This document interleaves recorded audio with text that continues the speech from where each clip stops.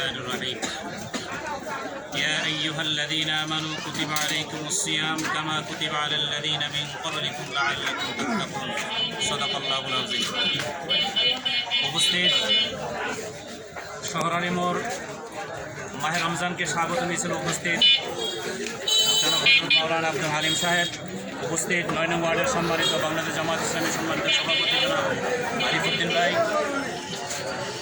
বাংলাদেশ জামাত ইসলামীর কর্মী এবং নেতৃবৃন্দ, উপস্থিত মুসলিম কেরাম, জালিয়ারচরবাসী, আসসালামু আলাইকুম ওয়া রাহমাতুল্লাহি ওয়া বারাকাতুহু। মহান রব্বুল আলামিনের দরবারে শুকরিয়া যে আল্লাহ তাআলা গোটা দীর্ঘ একটি বছর আল্লাহ রব্বুল আলামিন আমাদেরকে হায়াতের তৈয়বা দারাজের মাধ্যমে মাহে রমজানকে আমাদের মাঝে এনে দিলেন। এই জন্য সেই মহান রবের দরবারে সমস্ত সুরের শুকরিয়া আদায় করি আলহামদুলিল্লাহ। এটা আমাদের জন্য বিশাল একটা করুণা, ঠিক কিনা? আমাদের মাঝ থেকে এক বছরে বহু মুসলমান বিদায় হয়েছে, আল্লাহ রব্বুল আলামিন আমাদেরকে হায়াতে বাঁচিয়ে রেখেছেন। এই যে একটা বছর আল্লাহ হায়াত দিলেন, আমরা যে এই হায়াত দিলেন আল্লাহ রব্বুল আলামিন, এর কারণে আল্লাহর কাছে কোনো কিছু আমরা পাঠিয়েছি? হাদিয়া তোফা দিয়েছি? কোনো টাকা পয়সা দিয়েছি? কিছু দেই নাই। এই যে এক বছর আল্লাহ আমাদেরকে হায়াত দিলেন, রমজানকে পায়ে দিলেন, এটা আল্লাহ রব্বুল আলামিন আমাদের কাছে, ঠিক কিনা?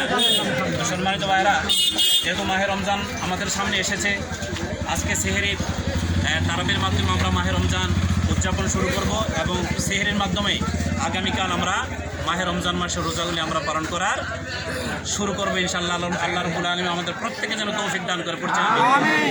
তো সম্মানিত সুধী, মাহে রমজান আসলেই আমরা দেখি বিভিন্ন মহল্লায়, বিভিন্ন এলাকা, বিভিন্ন বাজারে ব্যবসায়িকরা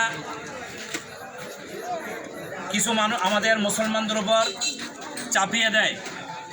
ব্যবসার নামে তারা বিভিন্ন মালের দ্রব্যমূল্য বাড়িয়ে দেয়, যার কারণে মাহে রমজান মাসে আমরা যারা রোজা রাখি এদের দ্রব্যমূল্য ক্রয় ক্ষমতার বাইরে চলে যায়। ঠিক আজকের এই জনসভা থেকে জানিয়ে দিতে চাই, কোনো বাজার ব্যবসায়ী সরকার যে নির্ধারণ মূল্য দিয়ে দিয়েছে এর বাইরে কোনো বেশি কোনো মূল্য নির্ধারণ করা যাবে না।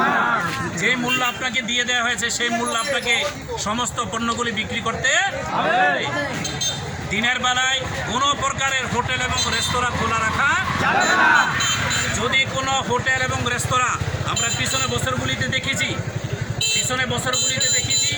বিভিন্ন সময় বিভিন্ন বাজারে, বিভিন্ন মোড়ে, বাড়িতে পর্যন্ত এসা পান সিগারেট বিক্রি করতো, সেখানে মুসলমানের সন্তানগুলি আহার করত। আমরা আজকে